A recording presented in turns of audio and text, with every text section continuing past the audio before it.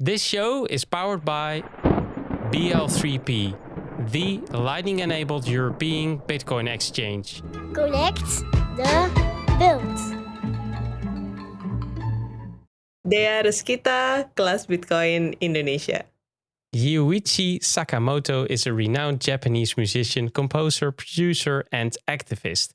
He showed an early interest in music and began studying composition and electronic music at Tokyo National University of Fine Arts and Music.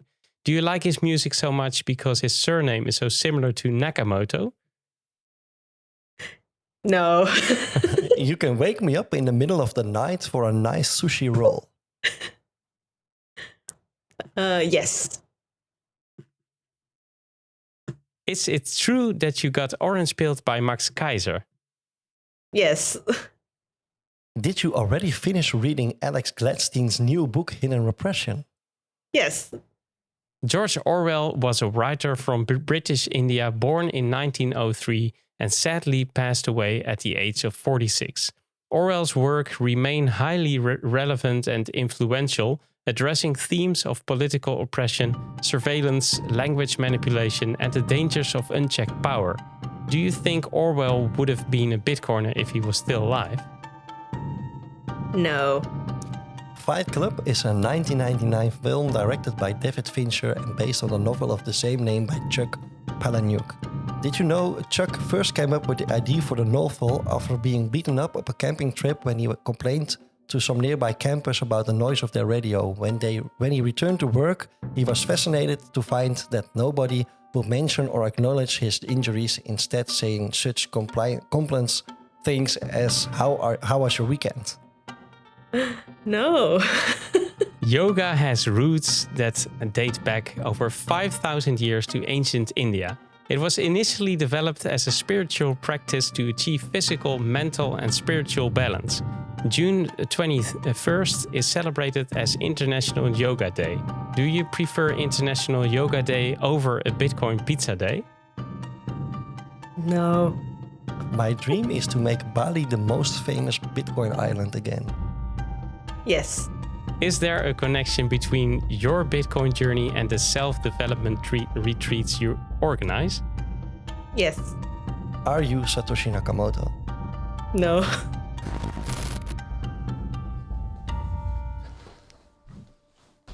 Welcome to the Connected World Weekly Podcast. I'm Edward. And I'm Steph. We are ready to take you with us into the beautiful world of the Lightning Network. Enjoy the ride.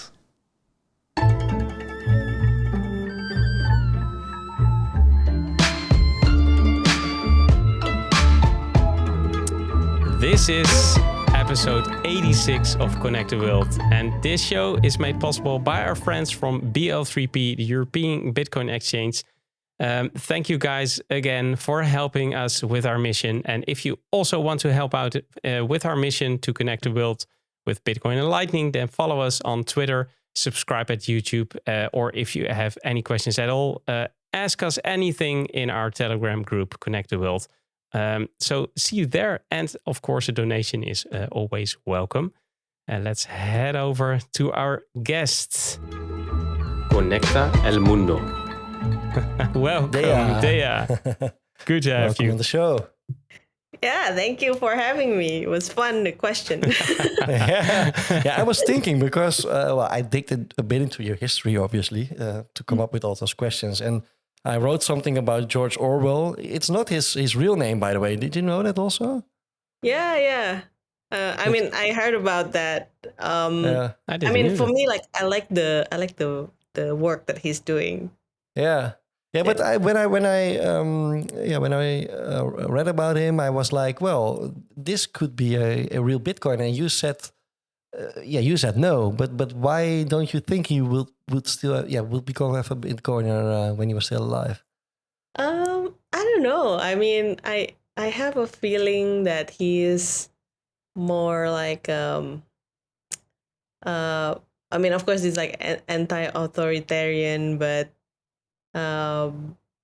maybe well, I don't know. That's just a hunch feeling, I guess. I don't have a good explanation for that.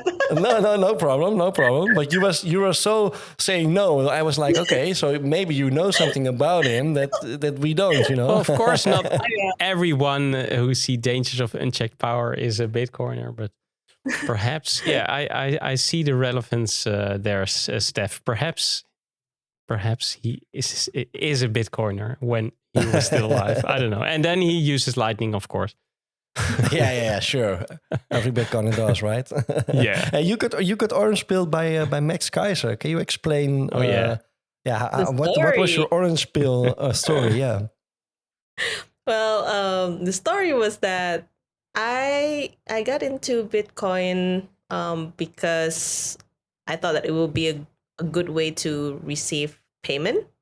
Um, Back in the day, I run I run like a retreat logistics service in Bali, and usually like I have a lot of clients that wants to book retreat in Bali, and then they need to pay me um, via bank transfer or via PayPal, and I always lose money from this Yeah. thing. So I stumbled upon Bitcoin, and yeah, I just thought like, okay, it's a really interesting way to send and receive money, but I don't really understand the relevance of Bitcoin in a economy level or even in the broader bigger picture.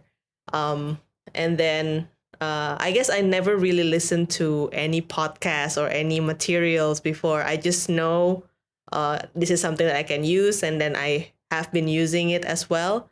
And when And the was your plan then to convert it into your local currency immediately, or were you also yeah, interested in keeping the Bitcoin as it is? at that time I just see it like a PayPal mechanism, like you can Yeah. receive money, you can send money. Medium It of was really exchange. fast. Yeah, medium of exchange.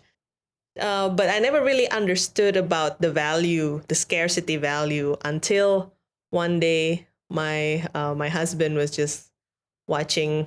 I think he was like watching different YouTube videos. He was like watching even um, I don't know, a lot of like this conspiracy theory and whatever. So I don't really pay attention whenever he watch YouTube.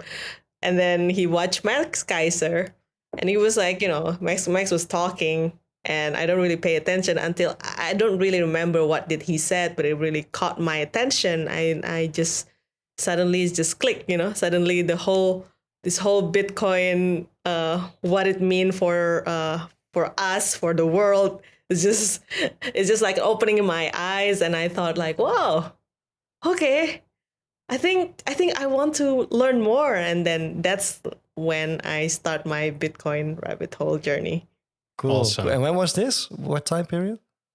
I think it was the beginning of 2020. So I mean, I start using Bitcoin in 2016.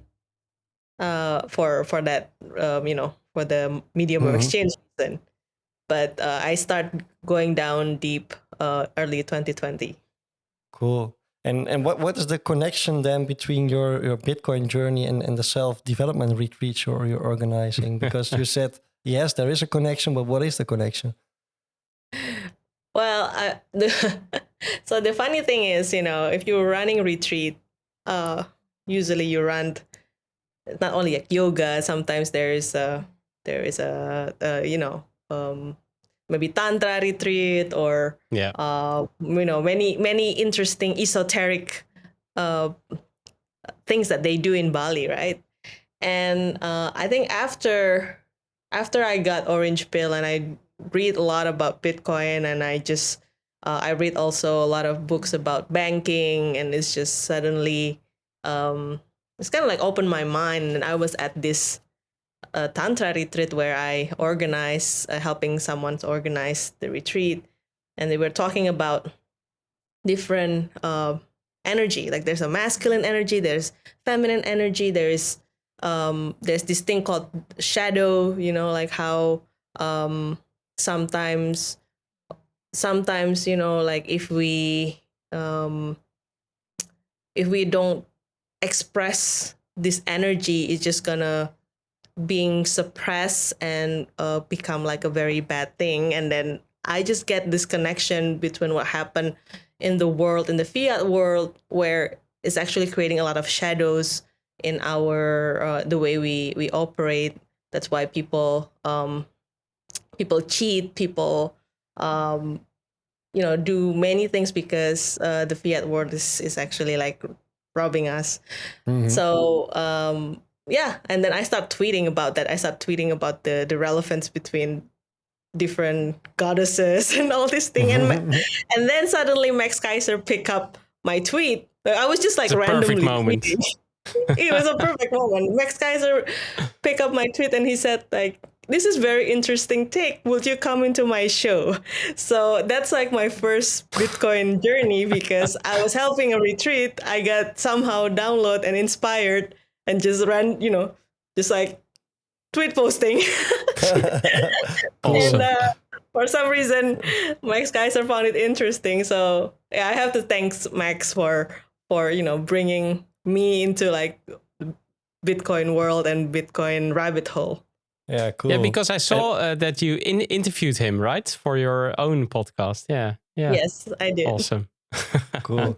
And the retreats, it's a bit off topic, obviously, but got my attention because I listened to the What Bitcoin Did podcast with Tuur de Meester. I don't know if you listened to that one too. He did also a retreat using iboga. I don't know if you're familiar with that kind of stuff. Are you also organizing those retreats, or is it just you and breath exercises and that kind of thing?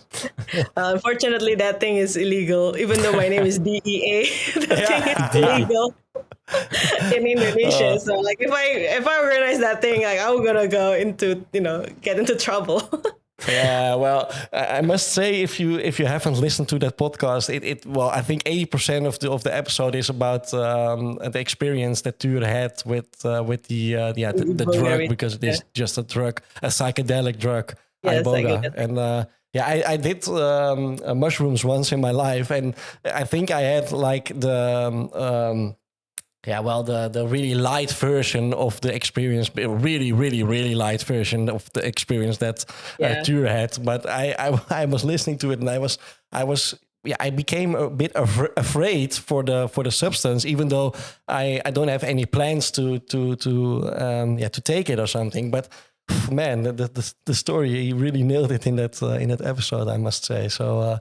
It's better to just keep it by with yoga and the breath exercise and all. Well, I mean, I would say that psychedelics is actually it's like a shortcut if you want to experience that kind of like mind opening and then like different mind altering situation, but I guess you can also achieve that through breath work. You can also achieve that through like pressing your emotion, running your energy. I mean, this is like what most people are talking about in the retreat. And I can see that you can actually experience more like in a controlled way, rather than like if you are taking a psychedelic sometimes. When you're there. Yeah. Well, the cool thing is, I just received, I think it was yesterday, I received my I do microdose mushrooms, truffles, and I just received them, and that really helped me to just get the focus and all. And I don't know if you did mushrooms in the past or something, but the day after you finish the mushroom trip, you feel like a newborn, right? So and that feeling, I can also get to that feeling in a minimum way by microdose. Does it really work, Steph? Oh man, truffles? Because it really there does. are also people that say that it's a placebo. Oh no! Oh dude, no man! I know. I have enough experience with all kinds of shit to know that this is not a placebo. Tell us more. No, but you can just like microdosing is just getting a really low doses of a portion that will make you trip, right? So if you normally get maybe 10 grams to have a really really great trip, you just take 1 microgram to just have the microdose a portion. So it's not you can't compare the two feelings, but. When I have a day off, I did try to have multiple portions when I have a day off, and then I was like, oh yeah, well okay, now I see some things that I shouldn't see, right? So maybe trees, there's no wind, but the trees are moving, crazy I see stuff. you there laying on your nail. How do you say nail moth. Yeah, the nail moth. I don't know, but I really can recommend it to you. Edward, especially when you have but really, if you have something, because you're also very artistic, right? Yeah, that's right. No, that's and right. When you need a hyper focus, or when you want to be creative, it can really help you. And it helped me to get more peace of mind, because I have a really busy time, and I was like, oh man, I really need to chill out. So. But no, cool. So if you are you coming to Bitcoin Amsterdam, Dia? Unfortunately, no, since I'm also going to prepare for the Bitcoin Indonesia conference. Sure. Oh, yes. So stupid. Stupid. Yeah. That's also in October, right? I was thinking, if you come to Amsterdam, we can do one together. Right? We can do truffle. That will be fun. But speaking of which, I would say when we talk about psychedelic is really, unveil a lot of misconception that we have, unveil or even deprogram our brain. When you took psychedelic, like usually you have this programming that you have from the past. Maybe it's from your parents, maybe it's from your religion, from your community, and suddenly, like when you took psychedelic, this deprogramming, it's gone. And I see that there's a similarity with Bitcoin, because once you get Bitcoin, suddenly you need to deprogram your brain with a lot of conditioning that we have throughout our life, because it's not only just like about money, but because money is everything. So then you have to rethink about everything as well. But it really makes sense what you say. Yeah, that. It's really like reprogramming, or just rewriting your memory disk. That's what I always say. If people ask me what do you feel, it's like when you have more working space in your brain, right? And you can just rewrite typical memory. So and we learned a lot, and then you need to rethink everything. So it's difficult to understand something that changes so many things. That's. Hey, before we continue, I just wanted to know, you just started as a community master at Fedi, right? Yes. Can you shortly tell us what you exactly do there? Yeah, so with Fedi, we are actually focusing on the community custodian for Bitcoin. So, I mean, with Bitcoin, usually we are talking about, the self-sovereignty, you have to custody your own Bitcoin, or even, competition, I guess, with mining. Like, you need to compete like a capitalist model. But I think what is missing is actually the community aspect. And since Bitcoin is decentralized, community is supposed to be a heart of it. And we see this, a lot of people having difficulties of maybe don't have a technical avenue to, or maybe technical background to really know about this thing. So as a Fedi community master, we are engaging with community and how we can using FediMin, like federation model, so custody your Bitcoin, and then having like more interaction within the community. And as a community master in Asia, I'm just focusing on the Asia market. Cool. Awesome. Cool. Nice. Okay. Yeah, you're really busy with all the things we saw it. you do. Do you have still time to sleep, or you just stay awake at night? Well, I am here at 1 a.m. So. That's right. That's That's correct. Come on. No, cool. Poor Dia. Okay, we would really love to talk about class Bitcoin and the Bitcoin conference in Indonesia, but it has to be in the 21 minutes, Dia. So if you're ready, we would really love to enter that part. Are you ready? All right. Yeah. Let's do it. Let's do it. Conectează lumea. Well, like we said before, amongst a lot of things, you are the founder of Class Bitcoin. Can you explain what the main goals are for Class Bitcoin in promoting Bitcoin adoption and education in Indonesia? Yeah, so I think with any other countries, the biggest barrier for Bitcoin education is actually access to materials in local language. Yeah. So what I'm actually trying to do is to, just curate a lot of content out there about Bitcoin and then translate it into Bahasa Indonesia and then making it into a sequence so then people can go into a journey and then pick up several topics that they are interested to learn. So it's just mainly for me to curate everything, and then if people want to ask me like how do I know about self custody, or how can I buy Bitcoin, and why we should buy Bitcoin, I will have it in one place. So what we are doing apart from the website is also I run classes. So it's actually start as a class, just people coming together and then just talk about Bitcoin. And and from that class is actually we had this idea. I mean, not only me, but there are also several other communities who did the same thing.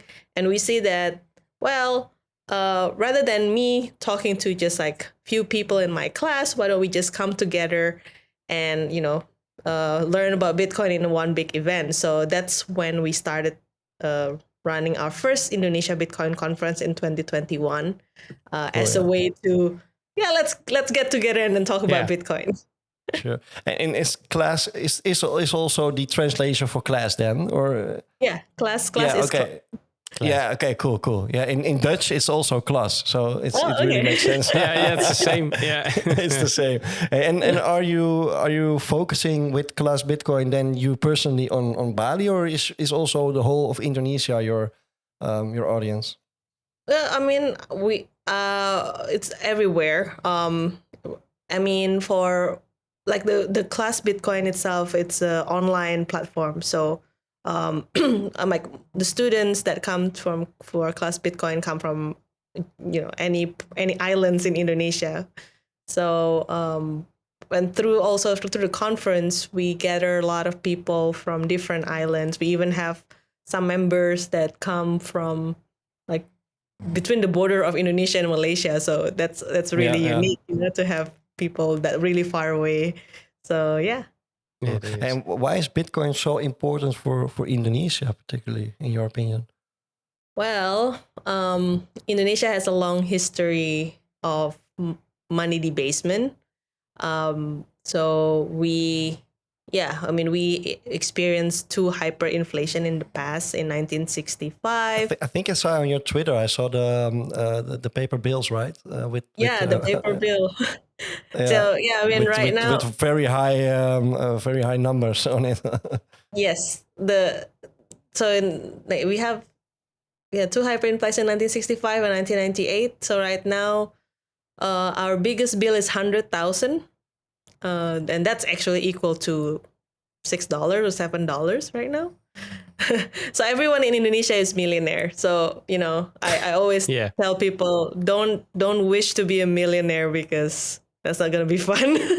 No, exactly, yeah. Yeah. But the relevance is obviously because of that, because of the hyperinflation, and people in Indonesia needs to find a way to save their wealth. In the past, we have land and we have gold, but both of them are not very liquid. Or even with gold, you can't even transport gold easily. If you want to move around, it's very hard, right? So now we have Bitcoin, and Bitcoin is very accessible. Anyone can buy it, even as low as 10,000 rupiah, which is equal to, I don't know, 60 cents or something. Like we can buy that amount in Indonesia. So so if people want to start saving, start hedging their wealth against inflation, then Bitcoin is actually a really good tool. Perfect. And how do you approach people who are completely new to Bitcoin? Because there are a lot of people, right? I think only 2% own Bitcoin. What are the biggest challenges in terms of educating people in Indonesia about Bitcoin? Well, I mean, considering about my journey as well is to really understand how money works, right? Yeah. And I always love to start my class with showing a picture. There's like these really old photos, like a menu from a little restaurant. Like a bowl of meatball used to cost 200 rupiah, and now it costs 20,000 rupiah.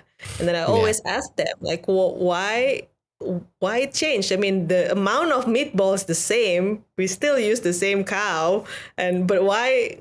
Well, why the price has gone up? Well, how much is that? Like 100 times than it used to be, right? Ungraspable, right? Yeah. Yeah. So we start by like having that conversation. We also start to compare, the money. Like, one rupiah at a long time ago, you can buy groceries worth of 1 week groceries, and now you need more than 100,000 rupiah to buy 1 week groceries. So just try to make them think about this phenomenon, and then we start talking about money printing. We start talking about the history of money, and from there, usually people will start to think. And usually, the pain point is always why things are getting more expensive every year. Most people don't realize that. They just accept it as a norm. And that's usually where the conversation is actually going. So slowly reprogramming and talking about the financial system, understanding it. And then, okay. Yeah. Can you share some of your success stories with the impact on people in the community that you experienced with Class Bitcoin? I mean, I guess one of my things that I can remember was that I got invited from a school. Like, there's a bunch of students in high school that would like to learn about Bitcoin, and they're very enthusiastic. And I was surprised, they really want to learn about Bitcoin, even they are high schooler. So that give me hopes, and it's really energizing to see that young people really want to know more about about this new technology. And is this a reoccurring thing now? Are you going on a regular basis now to that high school? Or? No, I mean, it's not like a regular basis, but we are trying to focus more on like schools, and then I mean, I guess one of the biggest approach that currently that we are trying to do is to focus more on the building side, because this is also the reason why at the conference we want to throw Lightning Hackathon, and to invite like a lot of students to tinker about Lightning, and to understand about what is Lightning Network, and how they can create something out of Lightning. So my hope is that I guess in Indonesia right now, a lot of people already heard about Bitcoin, and then there's a lot of materials out there teaching about Bitcoin. But one of the things that I want to push more is actually on the building side, and creating a module later after the conference that allow people to create something from Lightning Network. And then it's very important, of course, that you have because there are a lot of programmers or people who are technical, but they could be, of course, no coiners and don't understand anything about Bitcoin. So it's interesting to lure them in and teach them, and then put them to build, of course. And exactly. Do you also educate about the risks? Because someone who doesn't know Bitcoin doesn't know how to store it, for example. Do you also emphasize it? Yeah. Okay. Obviously, because yeah, I think Indonesia and also other part of countries in Southeast Asia, we are very prone to scam because Yeah. people, well, one is like our currency and our economy is not the best in the world, so people trying to find a way to, go ahead from this race, yeah, from the race with the money printer. Yeah. But yeah, so it's very important to teach them differentiate what is scam and what is not, and it's a hard thing because one, like, of course they love to gamble, they love to Yeah. play. That's human. Yeah, it's human taking risk. uh but at the same time as well, it's important to know which one is scam and which one is not. Yeah, Indeed. Yeah. In 2022, I must say, Bank of Indonesia released a white paper about the digital rupiah, so the Indonesian CBDC. What is the time frame now? Are they moving forward with launching the CBDC, and are you educating about it in your classes? Obviously. Yeah. Yeah, I mean, I actually had a session with, well, one of the central bank as well, talking about CBDC and what my Interesting. view about it. But no, I mean, it. If you ask what is the status, of course, like any other countries right now in Indonesia, they want to develop it. They are on the track to develop CBDC. So what we are trying to educate people is to let them understand what does it mean to use CBDC, what kind of privacy or what are the things that going to be taken away from you when you use CBDC, and knowing the risk as well, right? I think it will be, I would say, like, when they start implementing, it will be inevitable that everyone is going to use it.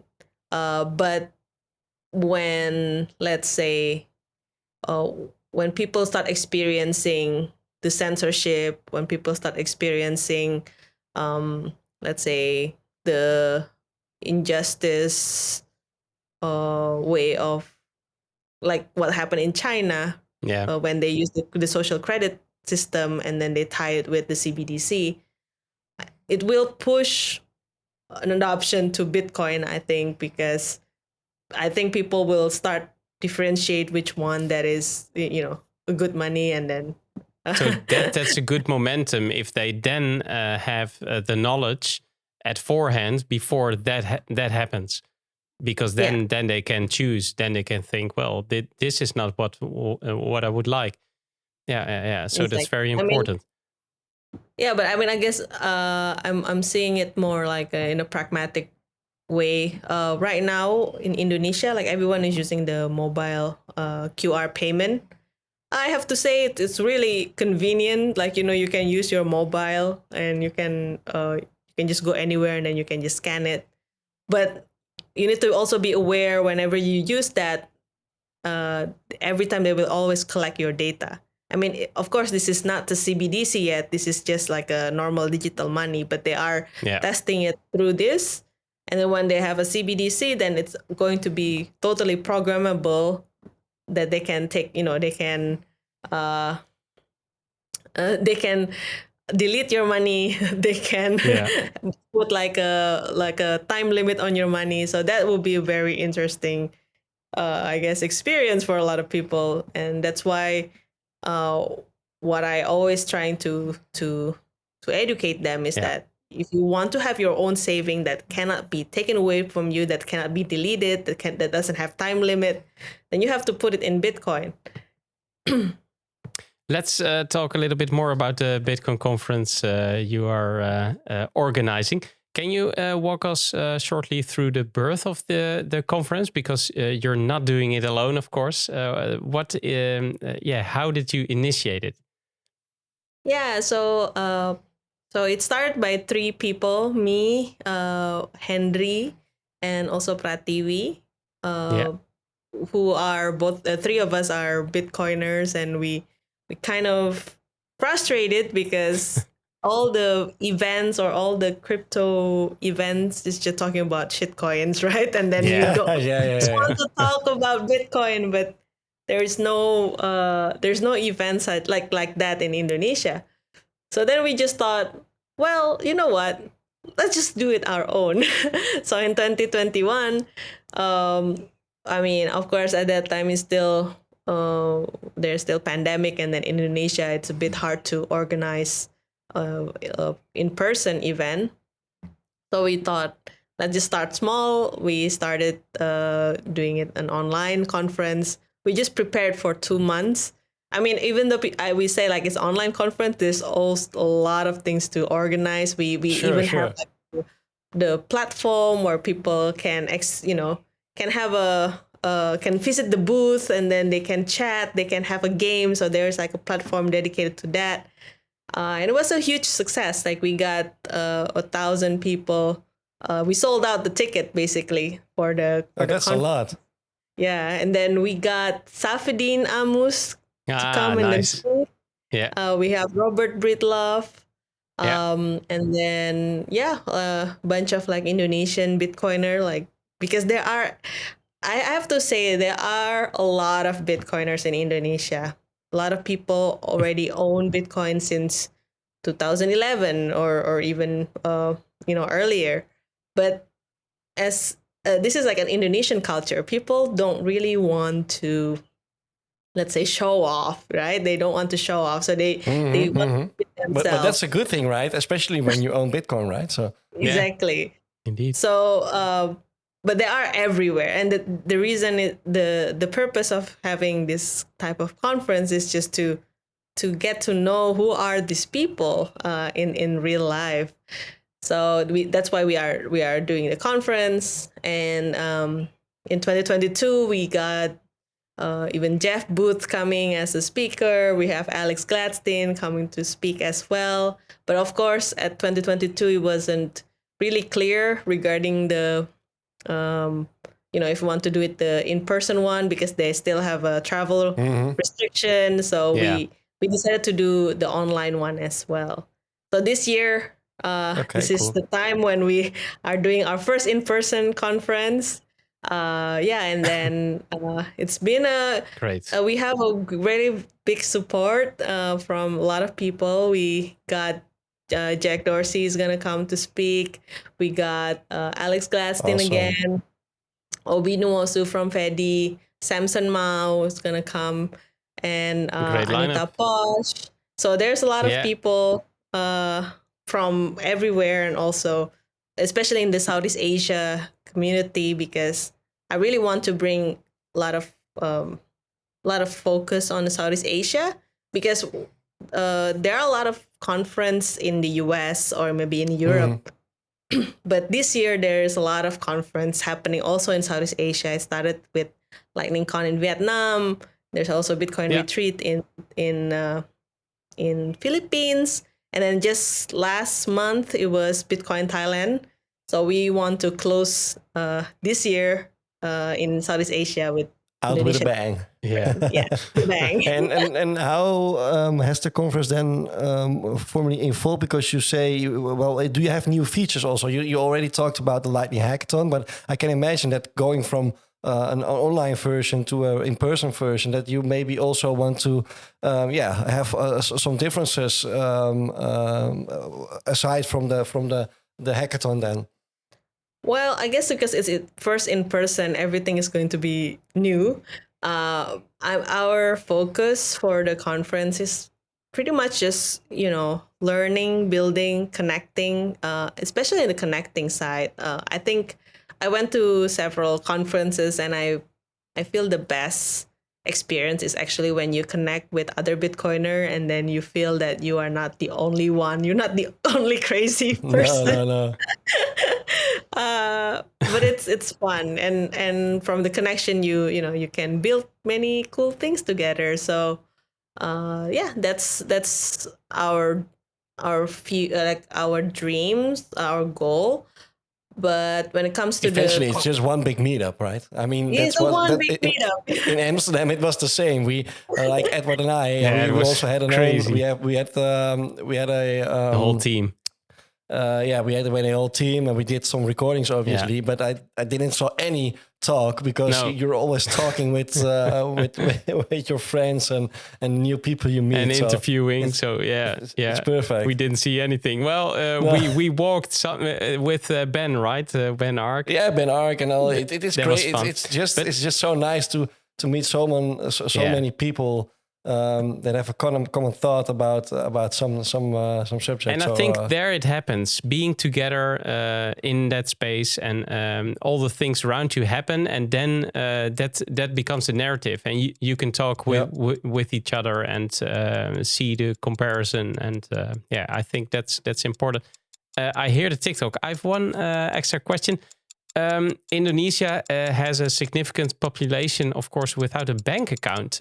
Is financial inclusion also a recurring theme? And how do you address the issue for people who want to attend?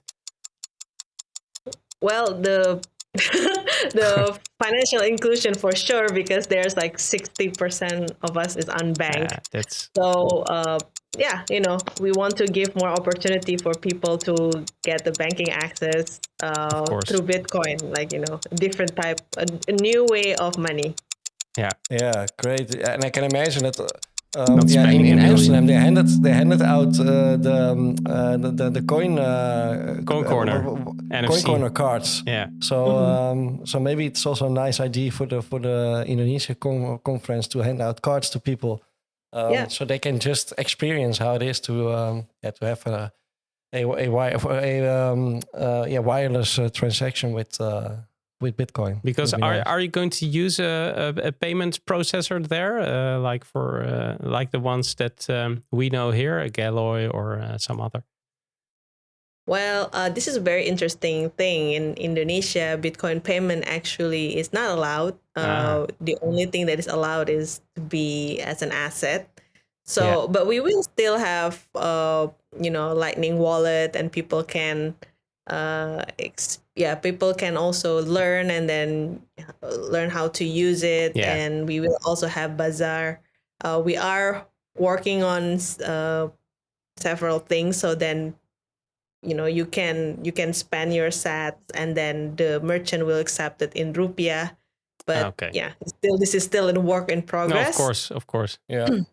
Yeah, and maybe something good for next year. Yeah, we hope that one day that will become easier, right? Yeah. So we had a lot of questions extra, but perhaps some other time would be great, even after the conference, to know what you picked up there, organizing it, and love to have you back some other time. Let's head over to the bingo, Steph. Yeah. Conectează lumea.